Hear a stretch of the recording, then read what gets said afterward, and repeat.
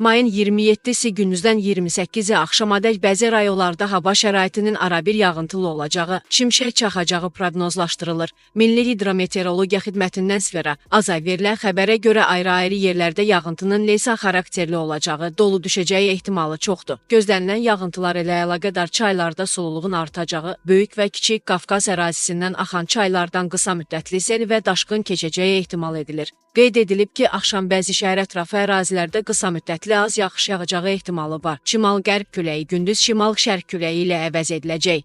Havanın temperaturu gecə 16-19 dərəcə isti, gündüz 25-30 dərəcə isti olacaq. Atmosfer təzyiqi 763 mm civə sütunundan 760 mm civə sütununa enəcək. Nisbi rütubət 55-65% olacaq. Azərbaycanın rayonlarında havanın əsasən yağmursuz keçəcəyi, ancaq axşama doğru bəzi dağlıq və dağətəyi rayonlarda arabir yağış yağacağı, şimşək çaxacağı ehtimalı var. Ayrı-ayrı yerlərdə qısa müddətli leysan xarakterli olacağı, dolu düşəcəyi ehtimalı var. Gecə və səhər bəzi dağlıq ərazilərdə arabir duman olacaq. Mülayim şərq küləyi əsəcək.